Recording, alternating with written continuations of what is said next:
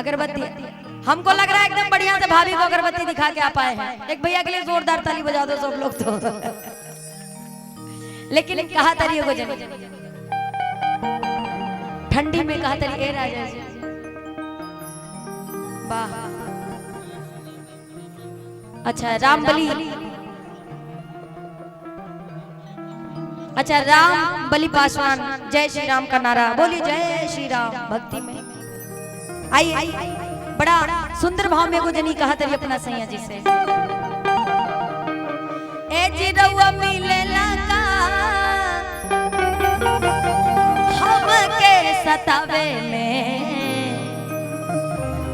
रात बीत जाई सैया रूस मनावे में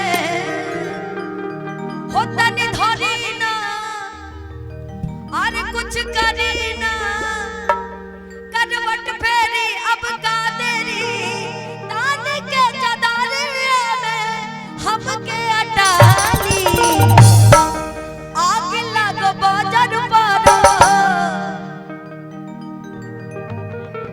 कबो कबो भोजपुरी भी सुनल करा भैया। आग लगो बाजार पर आग लगो बाजार पर रौरी जवानी लगवा सदाली हमरा जाड़ लागे तो हमरा जाड़ लागे के हमरा जाड़ लागे के हमरा जाड़ लागे के हमरा जाड़ लागे। काहे नहीं बुझतानी हमर परेशानी तनिका लगवा सदाली हमरा जाड़ लागे ओ हमरा जाड़ लागे ओ हमरा जाड़ लागे ओ हमरा जाड़ लागे ओ हमरा जाड़ लागे। दिल ले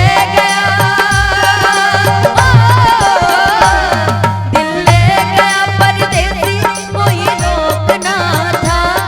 दिल ले गया परदेसी कोई रोकना था। क्या होगा होगा मेरा सोचना था। क्या होगा होगा मेरा सोचना था।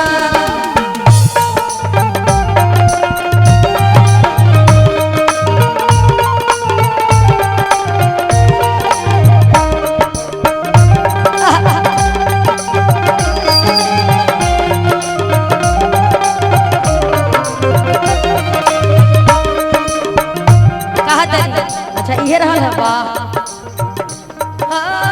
रोमा रोमा सिहरे मोरा दहिया नकस में लेके अखबारी पिया डूबी जाए रस में।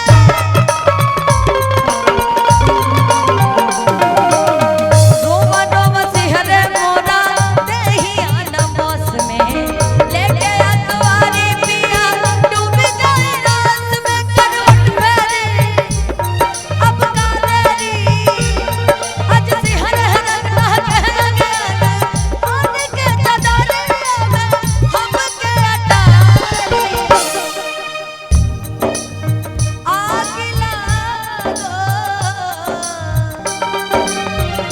आग लगो बाजार पर लौरी जवानी तनिका लगवा सदाली हमरा जाड़ लागे के हमरा जाड़ लागे के हमरा जाड़ लागे के हमरा जाड़ लागे के हमरा जाड़ लागे।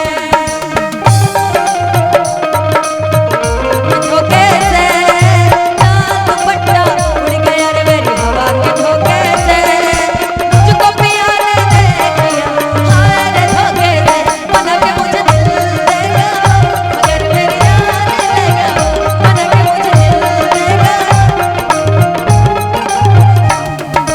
और बड़ा प्यारा आशीर्वाद बिशुनपुर पंचायत सबसे युवा मुखिया जीतू बाबू एक नजर इधर दीजिए। अरे बाप रे ये 201 रुपए का आशीर्वाद है क्या।